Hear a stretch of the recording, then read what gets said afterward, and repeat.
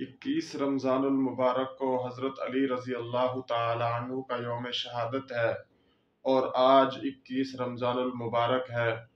تو حضرت علی رضی اللہ تعالی عنہ کی سیرت کے حوالے سے چند جملے عرض کرنا چاہتا ہوں۔ میرے دوستو، جو نبی کے گھر میں کھائے اسے علی کہتے ہیں، پیغمبر جس کی تربیت کریں اسے علی کہتے ہیں، پیغمبر علیہ السلام جسے اپنا بھائی بلائیں اسے علی کہتے ہیں، پیغمبر علیہ السلام جس کو اپنی لاڈلی بیٹی فاطمۃ الزہرا نکاح میں دیں اسے علی کہتے ہیں،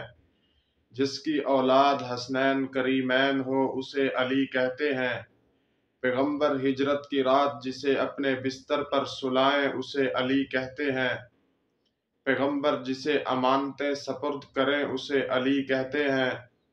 پیغمبر مقام قبا پر جس کا انتظار کریں اسے علی کہتے ہیں، جس کے نکاح کے گواہ ابو بکر و عمر ہوں اسے علی کہتے ہیں، جس کے جہیز کا سامان ابو بکر و عمر خرید کر لائیں اسے علی کہتے ہیں، جسے نکاح کا مشورہ ابو بکر و عمر دیں اسے علی کہتے ہیں،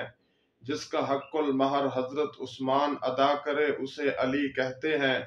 جس کے بیٹے عثمان غنی کا پہرہ دیں اسے علی کہتے ہیں،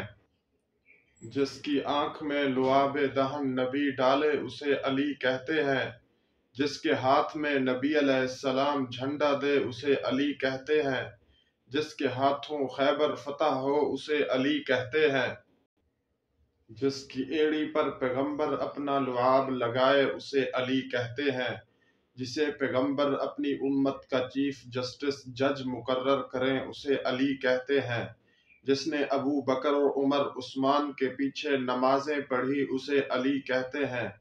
جس نے ابو بکر و عمر عثمان کو اپنا امام اور رہبر مانا اسے علی کہتے ہیں، جسے 21 رمضان المبارک کو اللہ نے شہادت کا مرتبہ عطا کیا اسے علی کہتے ہیں۔ اللہ تعالی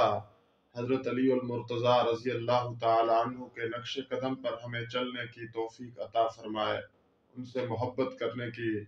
اور ان سے عقیدت رکھنے کی توفیق نصیب فرمائے۔